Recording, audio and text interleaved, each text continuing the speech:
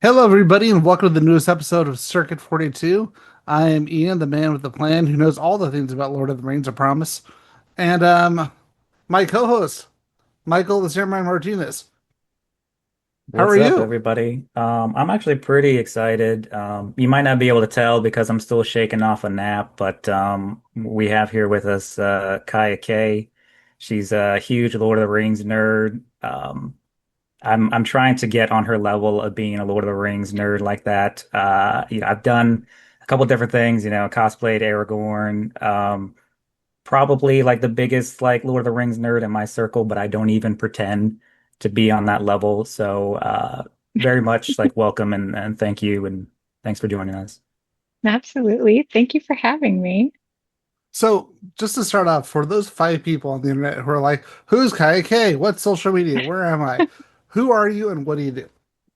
So I am, I don't know, I'm Kaya.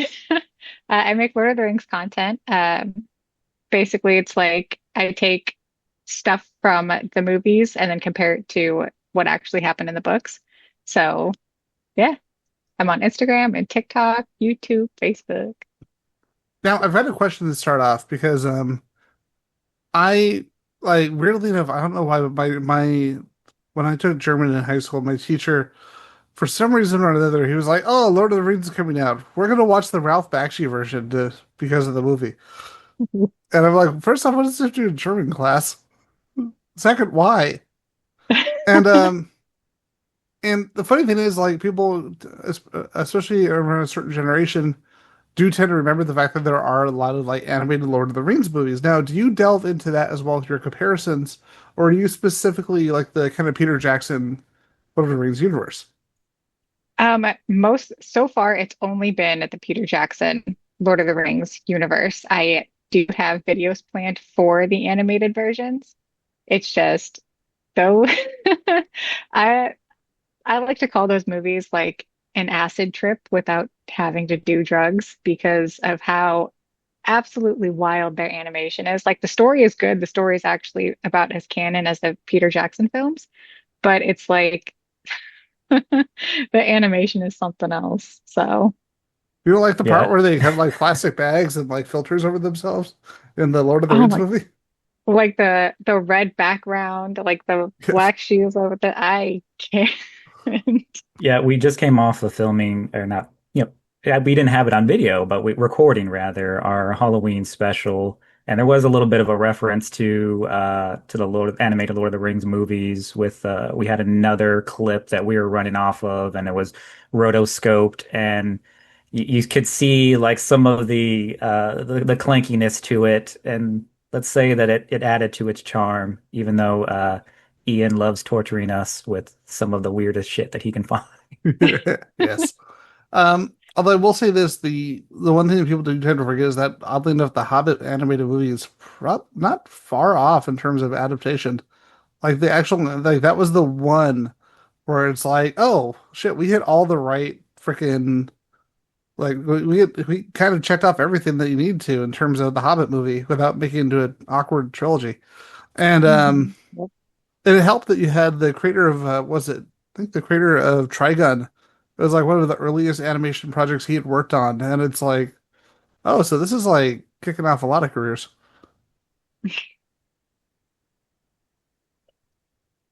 Yeah, so we were kind of talking a little bit earlier before we started recording, how, Ian doesn't have as much familiarity with Lord of the Rings as I do, and certainly not as much as you Hmm. do. So, what would you say to somebody like Ian who is getting a little bit interested in it and maybe has seen how, we've got the Rings of Power show, there's a little bit of Lord of the Rings traction. I noticed, I'm sure you've noticed that we started seeing like more Lord of the Rings products coming out. I can see that there's, some Lego Lord of the Rings behind you. Box Lunch is starting to come out with some more Lord of the Rings stuff. They sure are. So it's very much appreciated because like every time I would go into like Hot Topic or Box Lunch and they might have like a little sign that says, "What do you want to see more of?" And I would always Lord of the Lord of Rings the and Rings. write on there like over and over again. And now we're starting to see it. So what would you say is a good like starting point for people who are in Ian's shoes. So, I mean, before we started, Ian said that he had seen the movies when he was like in high school. I would recommend rewatching the movies. And then, like, if that still piques your interest, if that makes it to be like, oh, I want to know more, then don't do what he did and watch the Hobbit movie. I like Like, Hobbit. I saw one as I a kid. would, I would recommend reading the book. But if you don't want to read the book, there's always audiobooks, or you could follow content creators like me and other people in the Tolkien Talk community. And I mean, we'll basically explain the book lore for you to where you don't have to read. Like, that's what we're kind of here for. And if not, there's really nothing wrong with just being a fan through the movies and the TV show. Here's the funny thing. I've never been. I read a lot. Like Michael could tell you this. The only thing is I've never gotten into a lot of fantasy literature because a lot of it just seems very redundant. Like there's certain things I like. I really like the R.A. Salvatore's work in in Forbidden Realms. I really like Forgotten Realms, and I really liked there was a trilogy back in the day that based around the movie Willow. And I really like those, and except apparently a lot of people didn't because they killed off like a drastic amount of characters. And I'm like, yeah, they pretty much Game of Thrones did before Game of Thrones was a thing. And I don't know why. I think it's because I've read so much fact stuff that I've attempted to read that I've put aside. I think that's part of the reason I haven't read the books. Like I just need to sit down and read them. Because I know for a fact that of course Lord of the Rings kicked off a lot of these tropes and created a lot of them. It's similar to the John Carter of Mars and the books around it, where they created so many story tropes that have been such a part of the culture ever since then. So I Yeah, that's don't, not yeah, so like character death isn't something that you thankfully have to really worry about with the Lord of the Rings. I think in the Lord of the Rings, only like two really beloved characters die, and then that's kind of it. Everyone else just has a really tragic backstory. That's it. You only got to be sad about where they came from. But it's when you get into the Silmarillion, that's when your favorite characters are just dropping like flies, and it's very much Game of Thrones-esque, where you're just like, I really like this character. Flips oops. page. Oh, my favorite character just died. Which Yeah. is They're just like so, running through like all like these are their qualities. This is their backstory. This is who they came from. This is their dad. They went through this tragedy, Yeah. and now they're gonna go off and fight, and they're gonna do this noble deed. Flip the page. They're dead now. Yeah. Anyway, that's compressed that's storytelling. Tragedy is actually a really fun thing with Tolkien because I can't think of one of his characters that has a happy story. They're all just kind of tragic, especially like in the Silmarillion. Like, if you think of a character, they have a tragic backstory. And it's like the sweetest, the most noble, and the most innocent they are, the more tragic of a backstory that they come from. It's kind of like the whole concept of the characters are the most interesting when they're up against a wall, pretty much. Yeah. Yeah, it's like every character is Peter Parker. They just get put like through the ringer. But I think that's also one of the things you see like Ian. I'm sure one of the things that even as somebody who's like not as deep in the lores that you come to appreciate is some of the things like Sam's speech from Two Towers when he talks about exactly. there being good in the world and it's worth fighting for. I think that's one of the, most important themes is like, even though we go through darkness and, we're going through a lot of darkness right now, that there's still light and there's still good that's worth fighting for. And you have to hold on to that in the hopes that, there might actually be a good ending waiting for you. So I think that's one of the big things that drew me into Lord of the Rings because I was kind of like in Ian's shoes. I watched the way that I was exposed to it is I watched the first movie. I did not know it was going to be a trilogy. So Like, I even I remember knew that. I remember being in the theater and like Sam and Frodo were walking at the end and then it cut out and like I was watching it with my family and I was like, What the fuck? Where's the rest of the movie? Okay, And I was mad. Michael. So What? this over here. Okay, you see over here. See my thumb here that's going all the way over here. What's up? That's the pulse, and that's you all the way over here away from the pulse. Okay, How did don't you talk not? to me. No, no. I Don't I knew Lord of the Rings was a trilogy. How did you not know? And I I'm was like in mentally I've been deficient, and so I I'm knew. like into like a million different things, and that's part of the reason why I don't get I haven't been as deep into it. Like I'm in the middle of reading the Silmarillion right now. And so like I saw the first movie. I thought it was very good, but I wanted, more. I didn't realize more was coming. Saw in and then in the middle of and this was them coming out in theaters. I saw the first movie, then I read basically like all the books between the time that Fellowship came out and Two Towers came out, and then I was like, okay, good. I'm prepped now, and I feel good about it. Two Towers I felt was just like so much more like balanced and like mind blowing, and I was like, holy shit. Everybody is just like I knew when Two Towers came out, like I was watching something special, and I was so fully in it.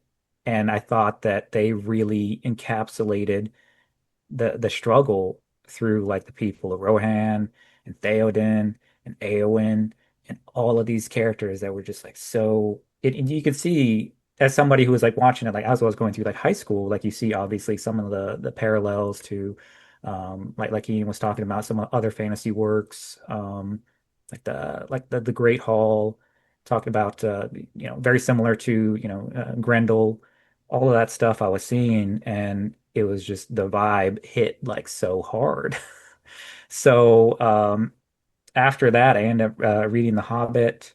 I know we've been kind of slandering the Hobbit movies a little bit, like casually, but You're bad. one thing I guess I wanted to ask you is like, so how do you feel about the Hobbit movies? And like, if you are one of the folks who thinks that, they're not so great, like what do you find are some of the redeeming qualities about it? Because we like to keep it positive, right? So, like the Hobbit movies, as like their own thing, understanding that directors and producers, like, take creative liberties, and sometimes they make things up, and sometimes they add things, take things out. Um, it's good. I enjoyed it for what it was. I like it for what it was. They definitely made a very, how do I say it? It's not really like a cozy book, but like an easy, almost children's story, something that's more supposed to be like dark and ominous into an action movie. And that's one of the big things that I didn't like about it was that it was too actiony. Hmm. So like my kid absolutely loves it because of all the fight scenes. I Yeah. love it because of Lee Pace. But other, other than Are that, you into Invincible? Did you see that he's going to be Thrag? Did you see I that? did. Yes, I did. I That's was pretty so excited awesome. when I saw that at the New York Comic Con stream. I was, Yeah. ooh, My he's wife my loves favorite. him like so much. Like every time that he's on screen when we're watching the Hobbit movies, she's just like, I have to, I don't know, Yeah. get a Yeah. fire extinguisher or something. Um, and that he's also in one of like my favorite other things is Pushing Daisies. Loved I don't, pushing daisies. when I see that show and it's just kind of like so it's just so charming. It's one of the Mm. few things that I would like openly describe as like charming, and I was like, this is so fucking cute. If you want Yeah, to, And it's just such a feel good show. It's like so colorful, and it's like one of those things where you're having a bad day. If you put on Pushing Daisies, it's kind of just like seeing really pretty flowers bloom in your front yard after a hurricane. and it's so horny too. Like Kristen Chenoweth like looks at Lee Pace and it's just like, are you okay? I mean, I think we all look at Lee Pace like that. So I mean, my Lee Pace entry movie is The Fall, and I get it because the voice, what I'm gonna say. Yeah. It's like I'm gonna every time I talk about like somebody who's like so man pretty, I like reference Andy from The Office, and I'm like, I'm straight, but if he tried to kiss me, I'd fight him a little bit, but if he was persistent, I might just, I might just, but no, Hey, but when you say that like about 30 people every day, does that make me not straight when I say about 30 people every day? I think everybody's a little gay, All honestly. right. And Everyone's a that's little gay. fine. Everybody's got a little, elven twink inside of them, I think. Was I Uh, said when Drive came out, I said, "Don't worry, everyone's a little gay for Ryan Gosling." okay, so circling back to the Hobbit movies. Okay, so obviously there was like liberties taken. I remember when I read the Hobbit movies, when I read the Hobbit book, I definitely appreciated like the quicker pace. I liked that. I liked that it was like nice and condensed. I did feel like the third act was almost like a little bit too condensed, which made it even crazier that they drew it out so much into like its own movie. Like I feel like if they had kept to I think the original intention was to make it two films rather than one. And I think if they had done that, it would have been so much cleaner and so much nicer. But, money. Well, I Um, mean, you know what Guillermo del Toro wanted to do? yeah, He wanted yeah, to do one movie yeah, because he's like, no, if you read that book, you don't. That book does not need to have a sequel or have a trilogy. And Yeah. considering what he's done with his career since, I'm like, I really want to find. I really would do. I want to find some kind of time travel machine to see that Guillermo del Toro Hobbit movie. See, I think two movies would have been really good. Like as someone who whenever I do read The Hobbit, it's hard for me to stay awake because of how just long it feels sometimes. I think it deserved two movies. I feel like one would have made it too condensed, and three was just it didn't need it. Did not need it. like Yeah. butter spread over too much bread, basically. Like too much butter spread over one like piece of bread. Pretty much. So so you weren't like I found I did appreciate because because it is so dense, like there really isn't as much I found, as like in terms of like characterization or as like dialogue as Lord of the Rings. So there were bits that they added. I could understand from like a storytelling standpoint, like why you would want that. Like so Ian, do you care about spoilers for The Hobbit at all? Go for it. So there are, well, I'll just say like there are some characters who do die and who meet like a tragic end, and they introduce like other characters who have like a romantic relationship with them. And so, I know a lot of folks. I could see a little bit of pain in Kaya's eyes that she's just like, fuck Toriel. No, see, I liked Tario. It's just Okay. the fact that they put her in a love triangle. That's the thing that just ticks me. It itches my brain because it's just like she could have been this really great standalone character. Because Hmm. had she just been her own character, regardless if she's made up or whatever, that would have been perfectly fine. It's just that they made her a love interest to Legolas, knowing that Legolas doesn't have a love interest in The Lord of the Rings, and then also making her a love interest to another dwarf.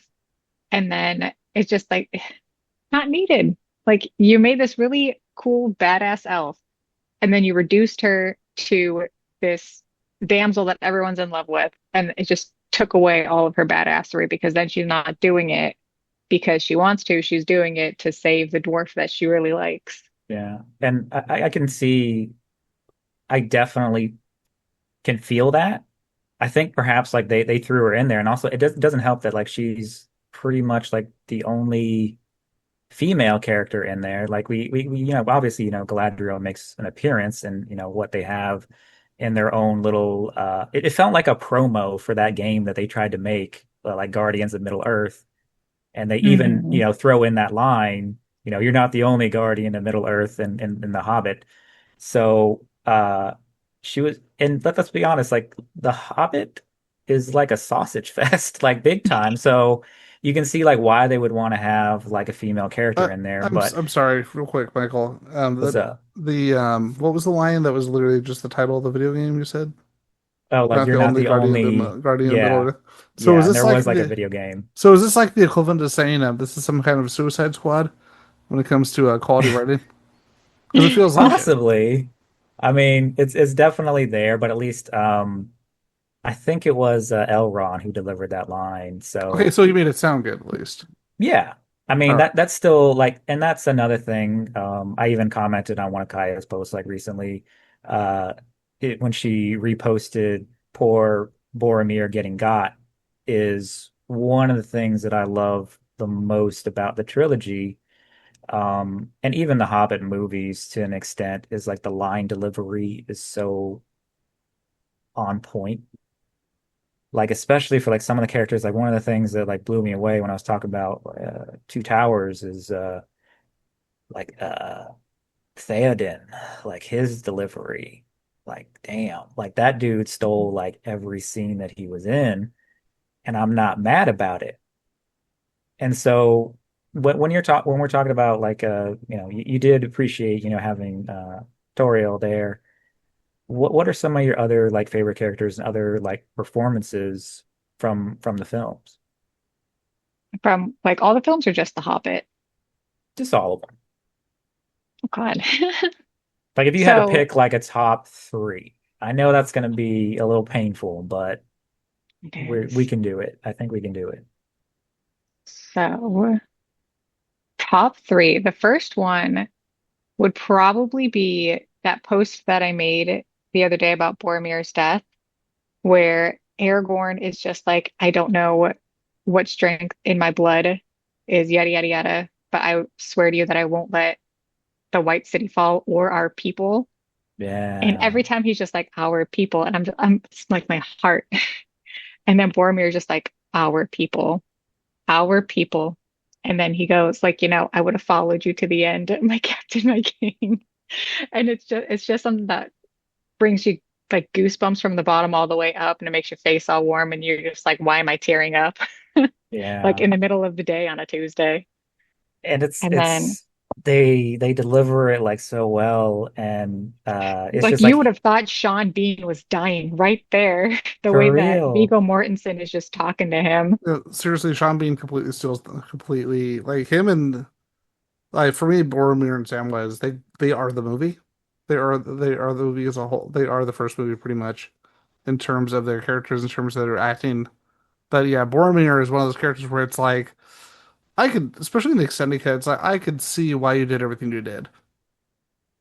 That's the Yeah, messed up and part. It's like no, I could completely understand why you did what you did by the end of the no, movie. and it's definitely like Boromir is one of those characters where the movies very much villainize him, and it causes a lot of people to like not like him because they feel like he was somewhat corrupted. But then when you read the books and you understand the depth to Boromir, and again understand the tragic backstory and the tragedy he's coming from, and the weight that is on his shoulders of having to protect this city that has fallen, and literally before he goes to Rivendell he just like him and his entire company got. The only survivors out of the company that he was defending Osgiliath with were four people. Everyone else died. So it was him, two men, and his brother. And then he makes this long journey to Rivendell, loses his horse, gets lost, and then finally gets there, and then goes on this other fuck ass journey. And all the while, he's stressing about how he's going to defend his city, how he's going to protect his city, how he's going to make his father proud, how he's going to protect his brother. And it's just, you understand the depth to Boromir after you read the book, and you realize that he isn't the hero, but he's not the bad guy. Well, yeah. And even oh, sorry, Michael. no, I was just gonna say like he's almost like the like when we're like big time like comic book nerds. I'm not sure if you're as hardcore like into comics and like Marvel and all that, but when I think about it, I think it's almost like Boromir is like the Falcon to Aragorn's Captain America. and when you think about those lines where he says like I do everything that he does, but just slower. And Aragorn, he has the blood of the Númenóreans in him, and he's basically like a superior being. And you have Boromir, he's pretty much like been doing what Aragorn has supposed to have been doing this whole time. And Aragorn's kind of he's definitely done some things, but he hasn't been like on the front lines and like leading like Gondor the way that he, really should have and the way that he eventually does. And you develop like a deeper appreciation for Boromir and like everything that he's been doing, and we're talking about the weight of everything that's on his shoulder and all his responsibilities. So it really comes across in that scene. So that's definitely a good one to pick.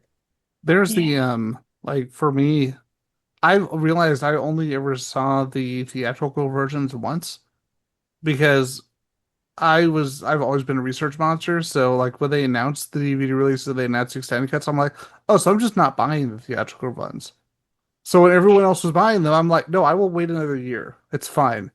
And I realized because I got so used to the extended cuts, I'm like, you're talking about villainizing the character. I'm like, no, you have that scene between him and Aragorn, and it's like, oh wait, in theaters they don't show that scene, so it's like it's like you said, they villainize them, but in the extended cut, you get those small scenes where it's like, no, I get it, and it is kind of a disservice, even though the original trilogy is fantastic. You realize that and especially Return of the King, they lose a lot of important moments. I mean, not seeing was it Saruman? Was it Saruman? It was I always forget. Saruman is the Sauron is the guy. Saruman's Christopher the Lee. dude. Yeah, there you Hmm. go. Like the fact that you don't see Saruman's death in the theatrical cut is bizarre. And I'm like, there are scenes that I understand. Like when people are just kind of hanging out talking for a second, I'm like, I get that, but it's like what happened to Saruman? Eh, Yeah. fuck it. It's like that's not storytelling. He went back to his home Mhm. planet, like Poochie. Yeah. That's actually something that Christopher Lee boycotted the premiere of The Return of the King for, I would have since too. that's like the one of the first scenes Yeah. in The Return of the King. And when he found out that they cut that scene from the theatrical version, he's just like, "What the fuck?" Yeah, And And because that that's not even the way Saruman dies in the book. That's another thing that just like itches the back of my brain because it's like I don't you remember gave how him he this dies. How does he die again? in the movie. In the book. In the book, it's during the Scouring of the Shire. So it's like Oh, yeah, yeah, yeah. right after the hobbits basically win the Battle of Bywater or whatever. They go and uh basically try and kick him out, and Grima or Wormtongue comes up behind him, stabs him, and then an arrow gets Grima. And then you get this really cool scene in the book where, like, his spirit or his shadow like rises up. He looks towards the west, and then the Valar literally reject him by just blowing his spirit away. holy shit. And in the movies, they just make him fall on this water pike. Yeah, it So, The was a little rough. But I want to make sure to circle back and get you to, complete. So we talked about like your top is like Aragorn, Boromir. sorry.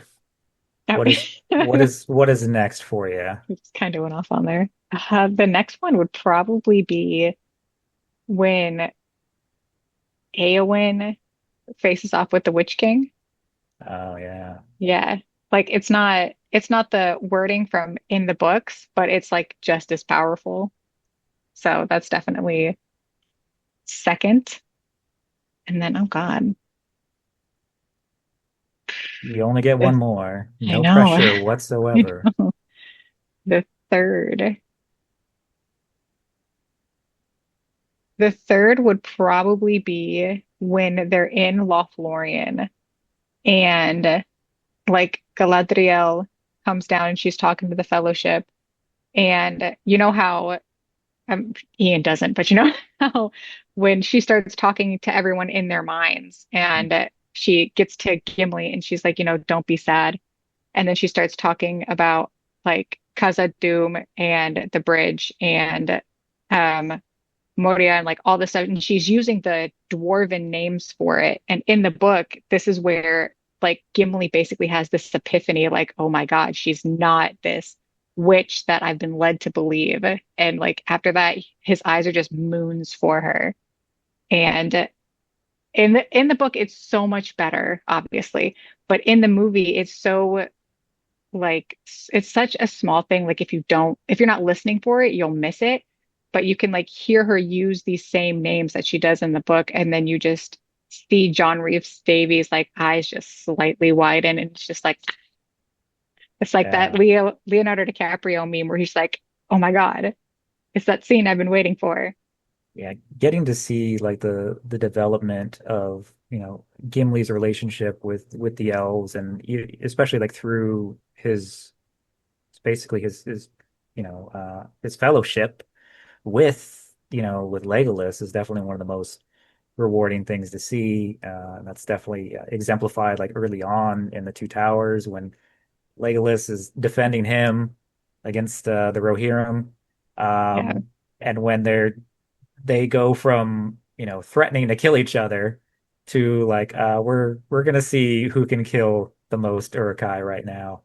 And you'll have to forgive my lack of R rolling in the pronunciation. I know like you're a little bit more hardcore about that. I'm Hispanic and I'm still, I struggle with the R rolling. You should Disappointment. hear me try to order breakfast burritos. They laugh at me and I have Oh to run no. away in shame. Um, but no, those are very, very strong picks. I think speaking of Eowyn, I think I asked like in one of your posts, like, do you have any of like the Diamond Select like figures that they've made? And do you know that they're going to be making an Eowyn? I don't. I mean, I have the Funko Pops ever, but that's really Nice. all I have Eowyn Wait, is because Okay. there isn't a whole lot for Eowyn.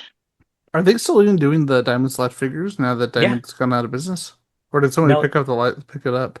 No, they've made pretty much like the whole Fellowship. They're still coming out with the Witch King. They're doing Eowyn. They're doing Galadriel. And I think there's a couple other ones. I have almost all of them. Boromir's really hard to track down. He's been one where a lot of people hated on like the sculpt, but he's also very rare and hard to find. I like them a lot. They have like a lot of accessories, a lot of good like sculpts and paint jobs, and I can see behind you that you appreciate the Lord of the Rings merch. I was gonna ask, in addition to like some of your like favorite characters, like what do you consider to be as like a Lord of the Rings fan? What is like your crown jewel of your Lord of the Rings merch? Of the stuff that I have, Yeah, crown jewel, the thing that I have. is it Let's Rivendell? see. I wouldn't say it's Rivendell. Let me let me see. I don't know. I think it would probably have to be just my books because I love my books a lot. Yeah. Like if it's stuff that I have bought, then yes, it's my books. Like all of my books, all of my books. I can relate to that. It's not Sauron's mace. No, because I can 3D print that. That's only like $40 to make. Now see, like these books, I have like $500 right here on one shelf. That's a Nice. lie. That's a lie. That's probably like $700 because this book set when it came out was like 300. But and then I don't know if you can see it, my Hobbits right here are like in all different languages, and then I have my Silmarillions in the different languages, and all of my copies of Lord of the Rings, and then my Baron of Luthien, Fall of Gondolin, Fall of Numenor, all that fun stuff. So Wow. yeah, definitely my books. Real Nice. quick, before we continue, I'm gonna pause for a minute. I'm just gonna take Cosmo out, make sure he okay, and I'll be right back, okay? I can. Good deal. So, Kaya, we talked a little bit about the Peter Jackson movies and the essentially, the parts that you like about Peter Jackson. We put some digs in on The Hobbit. I I'm sure you have some quarrels with Peter Jackson's take as well. What is like your biggest pet peeve? Is it Tom Bombadil or Scouring the Shire? Um, Uh, Personally, and I'm probably gonna get like excommunicated for this, but like I didn't miss Tom Bombadil as much, and I thought that leaving out the Scouring of the Shire was actually a smart move, but I want to hear what you think. God, that is that's a hard pick because I feel like most of the content that I make is like the gripes that I have about the movie and like what they do leave out and what they add to it. Probably, oh God. Like, what's your I biggest like head scratcher? Like every time you watch it, you're just like, why the fuck did they do that? they Okay, I actually just made a video about this recently, and a lot of people disagreed with me about this, which is totally fine. I've Mhm. perfectly found people disagreeing with me. I hated the way that Peter Jackson portrayed Aragorn. I could not stand how they made him so self-deprecating and so hesitant to do anything, and so like almost like shaking in his boots, scared of his own shadow, when that's not at all how he was in the books. Mhm. So, And it definitely does seem like in contrast to the way that he's also is a little bit contradictory to the way that he's introduced. Like he even in the films he seems like so like calm and like sure of himself, and he's just like, okay, we're gonna get shit done. I'm the motherfucker who's just like rocked like five ring wraiths by myself, and then he turns into, uh, yeah, I don't know if I can do this, man. And it's like, what? yeah, You Okay, just, yeah, you I feel basically just did better it. knowing that everyone hates that now because I remember when I first watched it, even to this day, I'm like, so you're all badass at the beginning and you're all like being all moody in your shadows and shit. And then for the rest of it, you're like, oh no, what's happening? It's like, and I was like, was this for the original book? Was this for weird storytelling? Does everyone else think this is cool except me? And I'm like, I'm so happy to know that everyone else is like, what the hell kind of choice is that? To where Yeah. apparently you just did a 180. yeah. To me Definitely. though, it's almost like so we're seeing something right now where like we just came out with like a new Superman movie and a Superman movie where arguably he is his most self-deprecating and having like self-doubt and kind of being I'm not sure that I can do this, but I'm also, I know that I have to do this. And so I can see like the merit of trying to make something, or rather someone who's so like mythic, a little bit more accessible. And like me, I'm always like a self-deprecating mess. So I kind of like that about Aragorn, and I felt that seeing him being like so full of doubt, like even though he's like he's well over 80 years old, he's almost like 90 years old in the books, or rather in the films, and he I think is just like so scared of this thing that he knew that was like always coming is finally here. And all the talk of everybody saying, this is going to be your destiny. You have to step up and you have to do this. And he's just been kind of like, okay, cool, cool, cool. Like, and then now it's just like, are you sure? Okay, okay, we got this. And so I appreciated that a little bit. Um, and I do, ultimately, obviously, like he does step up. So I can kind of see like the merits in terms of like storytelling, like is it going to work if they just make him like this super cool, like badass throughout the whole thing? It's almost like if you were to try to take um like the personality of what's his name? I forget the name of the paladin from Dungeons and Dragons, who's just like so cool and like crushes everything and like make him that way versus somebody who's like a little bit more, kind of like fighting his destiny and a little bit more unsure of himself. So I can see like both sides of it. I mean, Michael, I also agree that Marlon Wayans at Dungeons and Dragons was awesome, but I don't know what that has to do with Aragorn. Yeah, I don't, like go ahead, sorry. I'm sorry, what? No, go ahead. See, I understand what you're saying, but maybe it's just I don't know, not to be like sexist or anything, but maybe it's just Hmm. like the dude in you and like the female in me, I'm not sure, to where it's just like I'm just so over seeing men always feeling sorry for themselves. And then when I was actually able to read and fully understand book Aragorn in my teenage years, I was like, fuck, finally, a man who like knows what he wants, is proud that he's like, going to do it, is looking forward to doing it, and he's just so sure of himself. And it's not like looking over his shoulder, being like, I don't know if I can do this. Like, no, I can do this. I'm going to do this. I want to do this. This is going to happen. No, And I get where you're yeah. coming from because it's basically even though I get where both of you are coming from because it does add dimensionality to the character, but at the same time, it has since then kind of become a trope where it's like dimensionality should not always equal self-doubt. There are other ways to actually build dimension of a character without having the character consistently doubt himself. Yeah. Yeah. I do think it makes sense like within like when they sat down and said, okay, here are three movies. We're going to try to take this character like through the arc, and these are the things that he's going to go through. These are the people that he's going to interact with. I do think that, he gets more to accepting that through like his specific experiences, like being part of the fellowship, being part of somebody who had to step up and say, I'm going to be there. I'm going to be a part of this. I'm going to be part of destroying the ring. And also, seeing kind of like what I was saying before, seeing like Boromir be somebody who ate all of the shit that he didn't have to.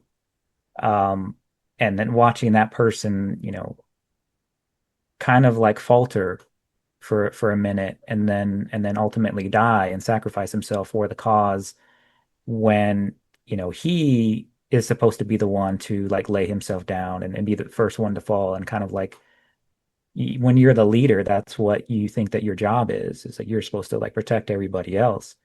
And so I can kind of see that. And then also like watching, even though he wasn't as present to watch, Osgiliath fall and see what's happening to Gondor, he does see the effects of like what's happening to Rohan, and he's seeing Theoden going through all the different, all the turmoil and seeing the people of Rohan like struggle against like the forces and then having to step up because Theoden is like faltering a little bit and be like the beacon. And I can see like why they did it that way, just in terms of, we need to like get him there and we don't want him to necessarily just start at Z. We have to see him go from A to Z. So whenever I think about this stuff, I try to think about it in terms of like why did they make that choice in terms of like storytelling rather than why or rather what do I not like about it? Because I I'm like I said, we're comic book fans. I'm a huge like DC fan.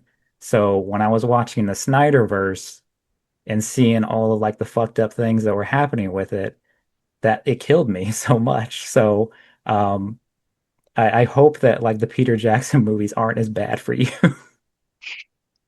No, they're not. Like I do still very much enjoy the Peter Jackson movies. They're definitely my favorite movie. It's just the things that happen in them. They tick me off, but it's just like Rings of Power. It doesn't tick me off to the point where I'm gonna hate them or I'm gonna like, Yeah. talk mad shit on them, even though I base my content around Ah. talking shit on movies. But like with with the whole Aragorn thing, like I understand why Peter Jackson took the route he did. Do I appreciate it and enjoy it? No, I don't. Because it's very it's very much like they could have like made Aragorn book accurate, just like they could have made the rest of the Fellowship book accurate. But he chopped up every single member of the Fellowship. But that's neither here nor there. We're on Aragorn. And like they could have made him book accurate in the movies.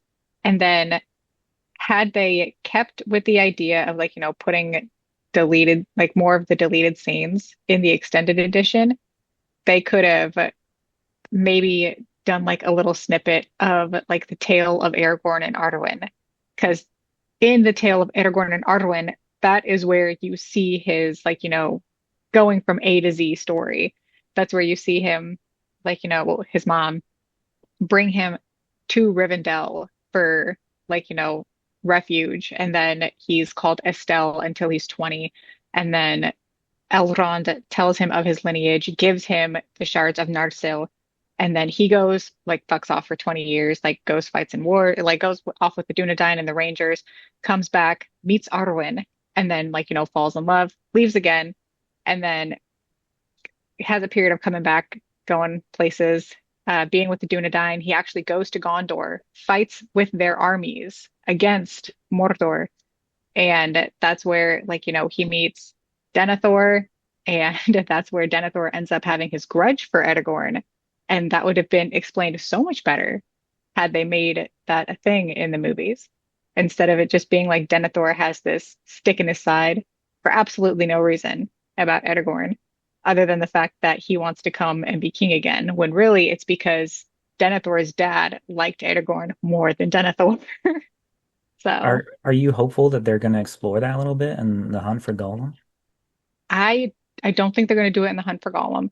I'm very much hoping that they make it one of the other two video movies that they're making, because they do have three movies planned, and The Hunt for Gollum is one of them. But I'm very much hoping that one of those movies is the tale of Aragorn and Arwen, because that would be such an amazing movie. They could go into so much with that, and it's all in the appendices, so it's not like they would have to get special rights from the Silmarillion or anything. And then they could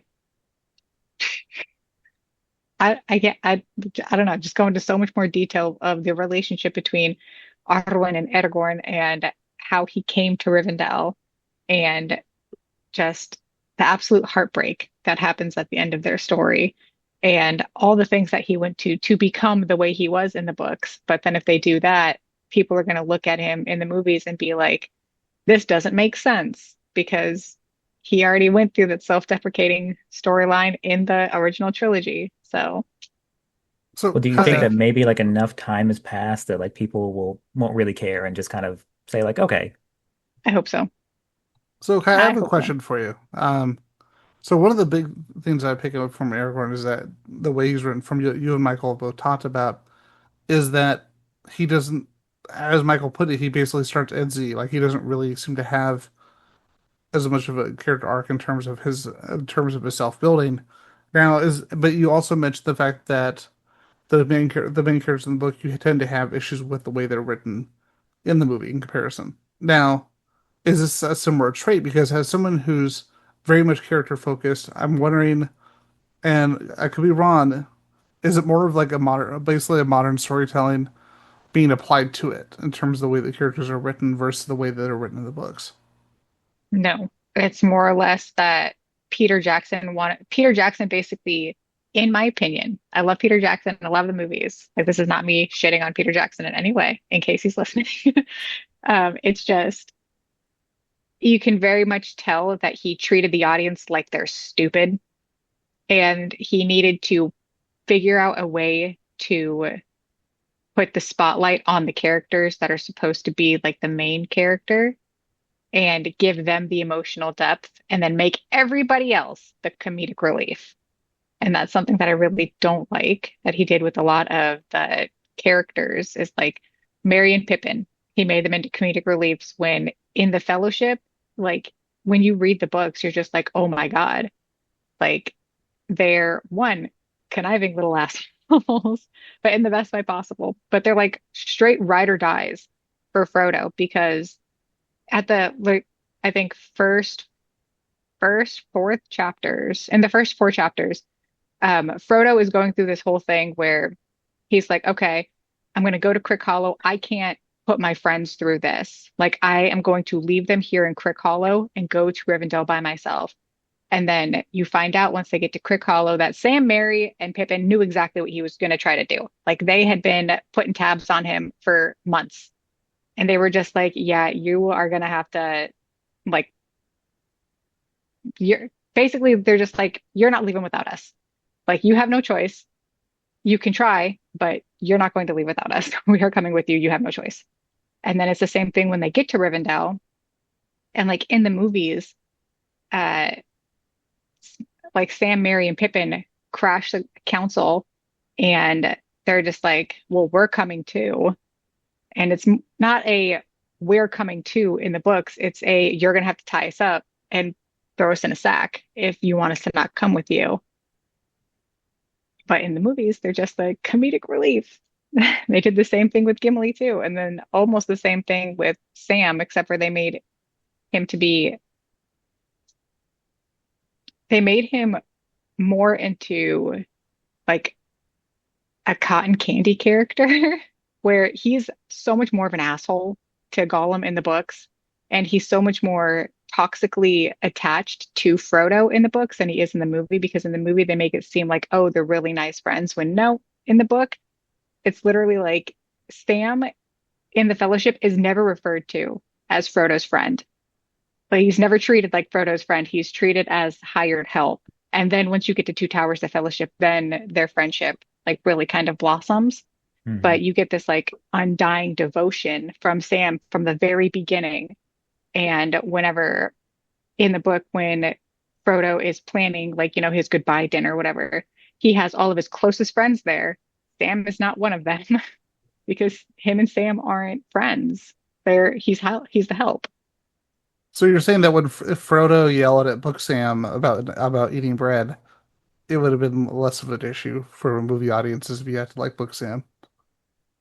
No, so like that's one of the things that ticks people off about, this is my opinion, it ticks people off in the movies because he doesn't yell at Sam at the ending in the book. He doesn't send Sam home because at that point they're friends. Like they're very close and he's just like, I can't do this without Sam. I'm not going to send him home. Okay. Because I still find that scene weird. Like I know it's the meme of Gollum just tried to kill him like 37 times, and he's like, "No, don't hurt Gollum." And then it's like Sam's like, "I'm gonna eat some bread." And it's like, "Fuck you, Sam." And I'm just Yeah. like, does it read this? I'm assuming it doesn't read the same way in the book because that would always felt out of place. Yeah. No. It's like Yeah. they wanted to make the tension there and And it wasn't needed. and the whole section, like when you're reading the books in Return of the King for Mordor and their journey is like so much more in depth. Um, it's surprising because if I recall correctly, they segmented out like it's almost like half the book, isn't it? Yeah, so like the way that Tolkien wrote the book is the first half of Return of the King is like the fifth book where it's the other side of the Fellowship. You see everything that's going on at like the Black Gate with Rohan, Gondor, all that stuff. And then the sixth book is everything that's going on with Frodo, Sam, and then the ending. You guys really make me want to read at least the trilogy and The Hobbit You should. You should. Um, so Kai, would you recommend that he start with The Hobbit because The or Hobbit was with Lord of published the first, right? Rings and then read The Hobbit? So the thing is with The Hobbit, you don't have to read it at all. Because the Hobbit was published first, but it was published like a children's story. And then he started working on the Lord of the Rings. And the Lord of the Rings, initially, to my memory, it wasn't connected to like the Hobbit like that. And then Tolkien eventually made it to where it connected. And I would recommend reading the Lord of the Rings first, then the Silmarillion. Then you read the Silmarillion, and then you come back and read the Lord of the Rings. And if you want to read The Hobbit, you can read The Hobbit, but you really don't have to. Michael can Like tell you you, I'm obsessive, and he can tell you that I'm pretty obsessive when it comes to my fiction, and I'll probably end up reading all of it. yeah, no, there's Yeah. absolutely nothing wrong with reading The Hobbit. I love reading The Hobbit. It's one of those things where it's very detail dense, and that's kind of all it really is filled with little like backstory details to the Lord of the Rings. Because like you learn of one of the other elven cities of like Mirkwood or Greenwood, and then you hear of the spiders that are in Mirkwood. And like if you don't read The Lord of the Rings, then you won't know that the spiders in Mirkwood are Shelob's brood. So those are her children. And then when you read the Silmarillion, you find out that Ungoliant is Shelob's mom and then their grandmother. So really, The Hobbit is just kind of like a little pocketbook of details. That's That is a cute. lot of world building. I'm sorry. Yeah. There's so much, and they're all uh kind of like when we were talking about like Ungoliant, and we're talking about some of the other like creatures. They're essentially like descended from almost like these angels and demon versions of from that world. And so even Gandalf and Sauron and then Sauron, they're all basically like these higher beings that are just taking like physical form on Earth. And when you start to get like into the depth of it, and how there are different aspects of essentially like the god of the universe, Iluvatar, he has like different, it's almost like the Greek mythologies, where you have some are like builders and some are about growing things, stuff like that. So he knew what he was doing, and he built it in such a very like in-depth way.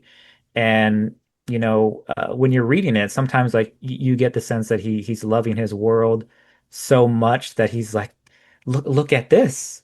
And I will say like sometimes it feels like, to be fair, like there's some like characterizations that do get, because I'm more of like a characterization and like dialogue person. So I felt like sometimes like there was a little bit of that was a sacrifice in in in the name of like doing the world building instead. Like sometimes there would be some tangents where you would hear about like the history of like this forest, when we have these characters who are walking through it that they're here now, and maybe you should focus on that, Mr. Tolkien. But it's still like in terms of the density and the complexity of the world, like maybe he didn't even like he wasn't thinking necessarily about like, oh, I need to make something that's like um like this dialogue that pops. It's still something that's like so in depth that we have people who literally spend their whole lives like studying it, and there are classes about it.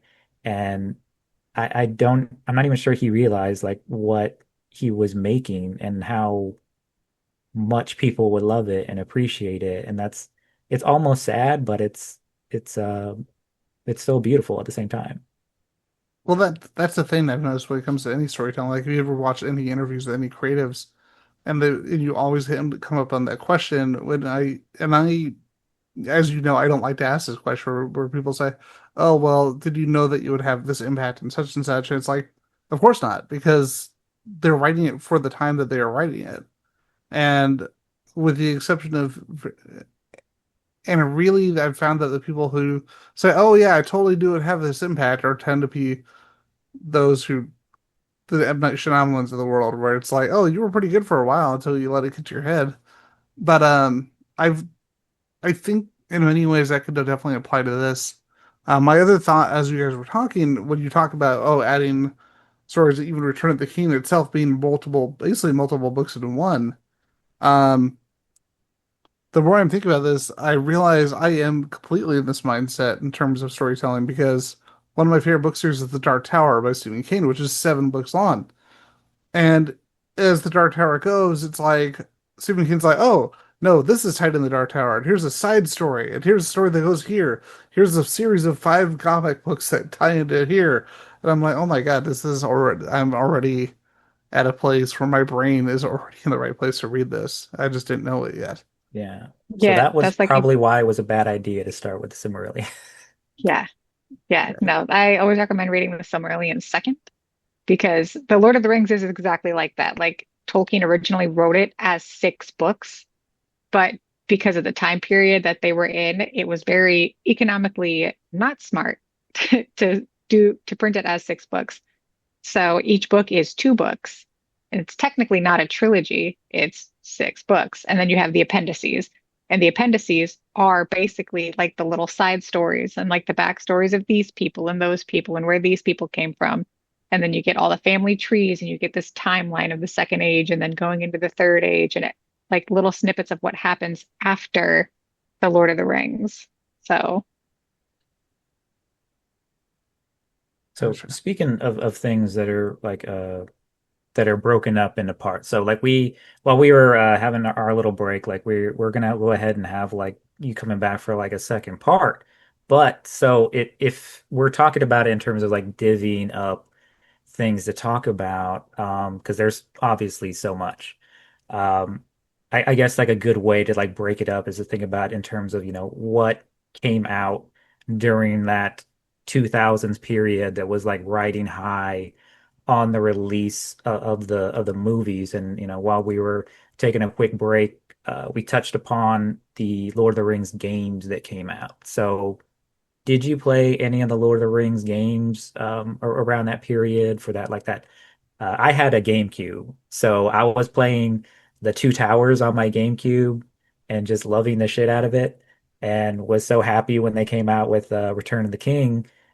And I was like, this was one of the things that contributed to me falling in love with the universe, because I love the fact that they incorporated scenes from the movies and extra like special features that you can unlock.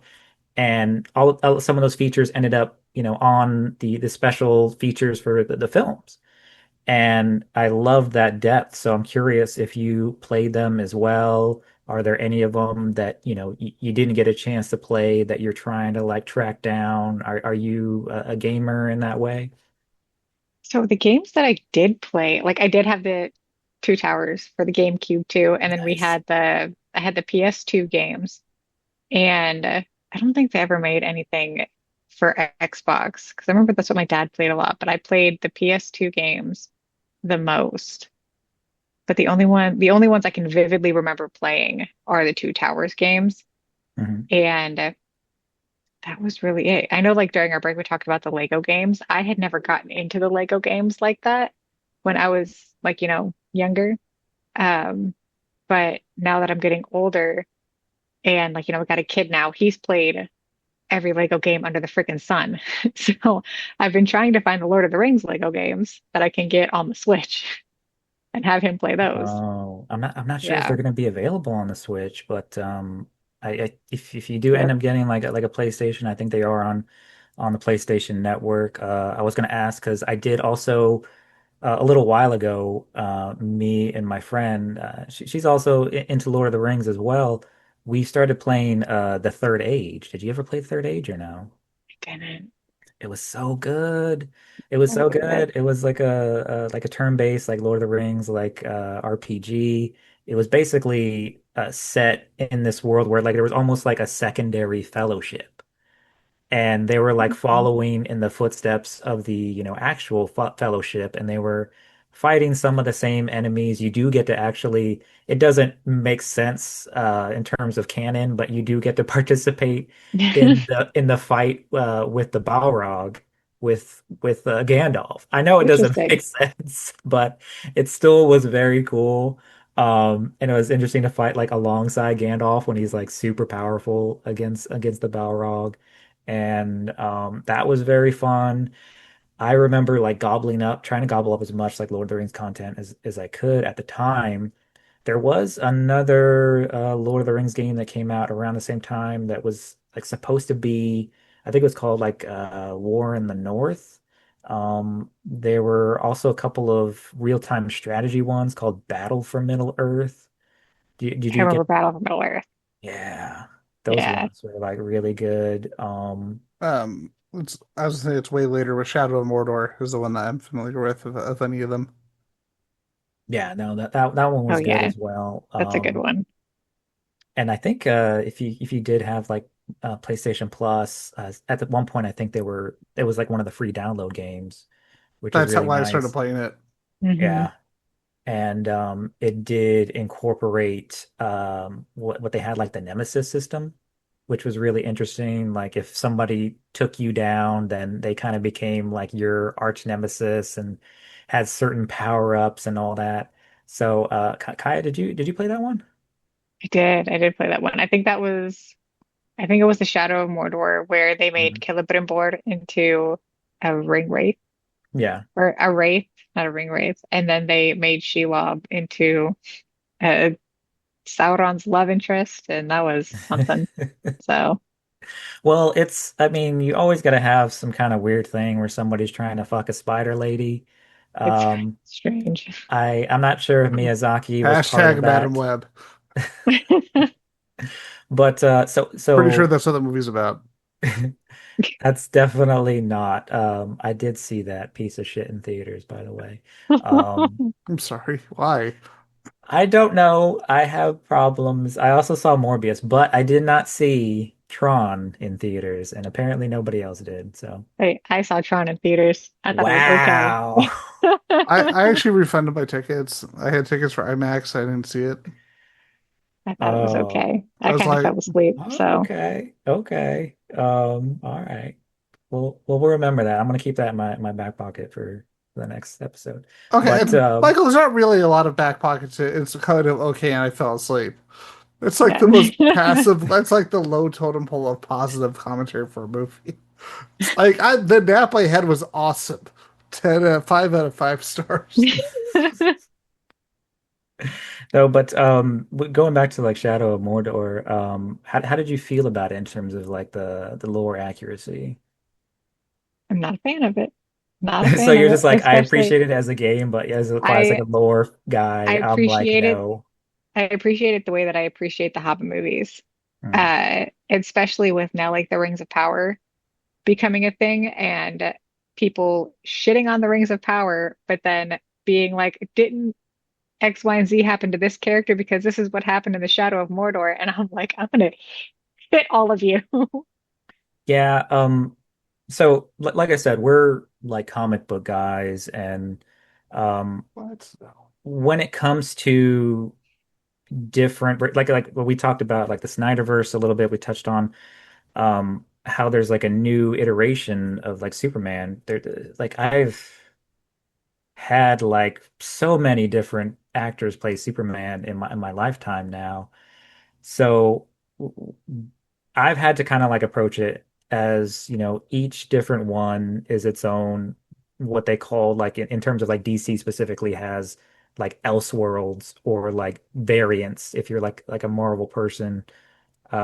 Like they're all like in their own like little universe, and you do get people who are like, it has to be this way.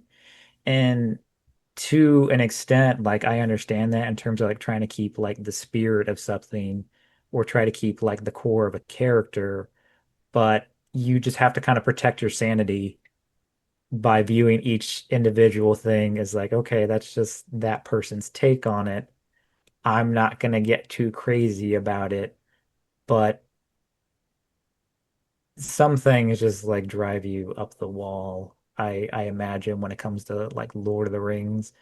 Um, and the different, interpretations of them. I think we'll end up saving, Rings of Power and like some of the newer games for when we talk a And little then of bit course later. the anime as well for the second part. Yeah. And I think I had seen that, correct me if I'm wrong, did you do like a cosplay from War of the Rohirrim or no? I did. I did. I did Okay. Hedda. All right, So nice. cool. Well, yeah, we'll definitely, circle back to that when we talk a little bit more about it. But as far as like the older games and like the older movies, and it's wild to think that um we're basically approaching like the 25th anniversary of it. Like it makes me feel so old. But um so it's crazy to think about it, but you also have to appreciate like the legacy of it. And speaking of legacy, I know a lot has been said about Tolkien and what he's done as far as influencing the fantasy genre. So how do you think that his legacy is like holding up right now? Do you think that he would be pleased with where his universe has been taken? And do you think that we're responding well to the messages that it's trying to give us? I think it very much depends on what side of the fandom he's looking on. So, like my side of the fandom, I The good where people. in the good people, where You're just We like looking down like the Twilight vampires looking at the looking like people who when are Anne shitting rises. all over, Rings of Power for like the most racist and dumbest reasons. And Yeah. it's like, okay, Yeah, don't because they like can't sit with us, basically. Wait, sir, are yeah, you saying well, there's a lot of it's toxic like, racism on the internet? what? That's Is there insane. really? What? I had no idea. That was But so like, we'll talk about that later, but that was honestly the most disappointing thing about Rings of Power is the toxic fan reaction to it. yeah. So, but we'll get into that more later. So sorry, go back to But your I think I think if you were to look at like the side of the fandom that I'm on, that is critical of the new adaptions that come out. However, we're still appreciative of it because it's a new form of art and it's something that is keeping his text alive while still very much appreciating his original text. I think that he would be very happy with where it's been. If you're looking at the opposite side, where people are upset because Rings of Power elves didn't have long hair, or there were black hobbits, or you have people like Charlie Kirk and Peter Thiel and J.D. Vance quoting Lord of the Rings and Tolkien when their entire stance, I guess, is the exact opposite of what the Lord of the Rings is about, especially with like Peter Thiel and other companies who name their very industrialized companies after Lord of the Rings things, when that is something Tolkien was so starkly against. Like, not only in the Lord of the Rings, but also in the Silmarillion. And it's just like, I think Tolkien would look at them and be like, you didn't fucking read my book. And like, Yeah, it's like how could you not see, especially like through the first couple of movies and everything that happens to Saruman and how he is kind of like corrupted by all things like metal and shiny. How do well, you not even not just that. It's just like you can see the how industrialization itself like and destroys Middle greed? Earth and like saddens like the literal earth, like it saddens the Yeah, ints, the earth. And eventually, like Tolkien even implies that eventually the earth will take, like if you piss it off enough, the earth is going to take it back, regardless if you live or not. So I don't understand the people who are so into this gigantic industrialization, just full of hate and greed, and they want to use Tolkien's words in favor of that industrialization and greed. And it's like, you didn't read the book. You watched the movie. You heard this really cool word. You saw this really cool thing that happened to be possessed by the bad guy, and you just ran with it. See, that's the problem though. We're So expecting them to like be literate and have any kind of media that's the literacy, let alone problem, I literacy at guess. all. Yeah. so And they're one of the stupid. things that Ian is a lot better at than I am is like knowing, some of like the background and some of the like the gossip and like the nitty-gritty of like background of like comic creators and other stuff like that. So when you talk about thinking that Tolkien would not appreciate that, has there been like pushback from his from his family uh, in terms of like using those references and using the names of things that Tolkien created for stuff like that? Do you know? Not not to my knowledge, no, because the names that they use are free use because it's in the Lord of the Rings. It's stuff that has been in major media things. So at that point, it could just be like, oh, we accidentally named it this, or we didn't name our bomb company that's sending warheads over to Gaza, Anduril, because of Lord of the Rings. We named it Anduril because we think it's cool. Yeah. So So, depressing. so very depressing. Let's end this on let's end the part one of the show on a happy note. So what do you think are the positive things that we're carrying away from his legacy then? Very much the people who still care. So, like the people who actually understood his works and what he was trying to get across and who will defend it even after he's dead. And while we probably don't agree with everything that Tolkien believed because he was a product of his time, he was a devout Catholic, it was still, he still wasn't a hateful person. Like he had no history of racism. He had no history of like being anti-Semitic, even though he was like, Catholic at the time in 1940s. So I think he would be happy that a lot of us who have some fucking sense, like, are fighting back against these people who don't. And like one of the things that we brought up throughout is just the impact also, because you look at all these, you look at the creative people who put out great works because of what he did with Lord of the Rings. And even the books I referenced were as we're talking, and I'm like, oh, Ari Salvatore, one of my favorite writers as a kid. Why didn't I read this? And that's my whole thought process in my head as we've been talking about this is like I'm reading all these writers who are clearly influenced in most positive ways by his work, and I'm like, why haven't I read Lord of the Rings? Why haven't I read The Hobbit? And why haven't I also looked at Silmarillion? That's basically your homework for the next part. I'm Yeah. pretty sure I We're won't be able to read expecting, all five books by the next part. I'm gonna be honest. I mean, you could do the trilogy. Yeah. Kaya, I mean, you've done the trilogy like in a day or two, right? oh yeah, it's super easy. If you like listen to it on, we'll put it on times two, you'll get through it super fast. Yeah, yeah, you got this. I believe in you, Ian. You can do it. That All peer right, pressure now. I will try. So with that, as we come to the end of, as we've mentioned, part one of the show, because really there's so much, just like with the source that influenced us, there's so much that we can talk about. That this is definitely not going to be a one part show. Um, I wanted to say thank you for coming on the show first off, Kaya. And Of course. Thank you for having me. and as you mentioned earlier, where can people find you in this wonderful, crazy world full of no toxic patterns and anything whatsoever in social media?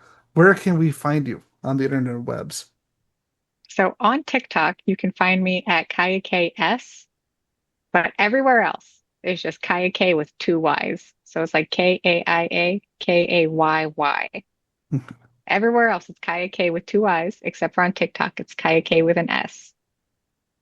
Did Why is somebody that? steal it? Did somebody take your first one? Yeah, someone had it before I could grab Uh, it. that sucks. Yeah, Rude. I know, Nemesis. right? Fuck. It's like how dare they do that thing they probably didn't do on purpose. Exactly. How dare Bastards. they not predict that I wanted that name? And Michael, where can people find you on this wonderful, crazy world called the internet webs? Well, you can find me on Blue Sky at Four Ducks in a Man Suit. You can find me on Threads and on Instagram at Four Ducks Pilot a Man Suit. All right, and you can find me on the creatively named Ian McIntosh on Facebook, Instagram, and Threads.